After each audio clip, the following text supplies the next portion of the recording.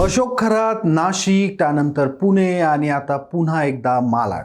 राज्यातील भोंदू बाबा, त्यांचे कांड आणि लैंगिक शोषणाची ही यादी थांबता थांबत नाहीये. या यादीत आता आणखीन एक नाव ॲड झालंय, ते म्हणजे रिदम पांचाळ उर्फ मॉन्टी पांचाळ. या भोंदू बाबानं मालाडमध्ये कहर केला. एकेकाळी पेशानं जिम ट्रेनर असणाऱ्या या मॉन्टीनं 4 वर्षांपूर्वी समाजातील अंधश्रद्धा आणि त्यातून होऊ शकणारा आर्थिक फायदा ओळखला आणि यातूनच अडल्या नडल्या स्त्रियांना त्यांच्या अडचणींचा फायदा घेत या माणसानं लुटायला सुरुवात केली. हा माणूस मालाडमधल्या एका मोकळ्या मैदानात रात्रीच्या 8 ते सकाळी 7 वाजेपर्यंत दरबार भरवत होता. या दरबारात तो महिला आणि मुलींना बोलवून पूजेच्या नावाखाली त्यांच्यासोबत अश्लील कृत्य करायचा. तसेच ज्या महिलांना मुलं होत नाही त्यांनाही मी उपाय सांगतो असं म्हणत तो त्यांचं शोषण करायचा.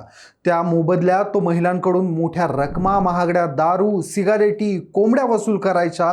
या प्रकरणात जेव्हा भाजपचे माजी नगरसेवक राहिलेले ॲडव्होकेट सिद्धार्थ शर्मा यांनी पोलिसांमध्ये तक्रार दाखल करण्याचा प्रयत्न केला, तेव्हा या भोंदू बाबानं सिद्धार्थ शर्मांच्या घरी माणसे पाठवून त्यांना धमकवण्याचा प्रयत्न केला. मात्र सिद्धार्थ शर्मा यांनी निडरपणे या प्रकरणाचा पाठपुरावा केला. आता या मोंटी शर्मा विरुद्ध गुन्हा दाखल झालाय आणि 1 नाही, 2 नाही, 3 नाही, तर तब्बल 60हून अधिक पीडितांनी पुढे येत या मोंटी बाबा विरुद्ध तक्रार दाखल केली आहे. या भोंदू बाबाच्या विरोधात दाखल झालेल्या तक्रारी पाहून राज्यात नक्की चाललंय काय, हा प्रश्न सोशल मीडियावर मोठ्या प्रमाणात चर्चेत आलाय.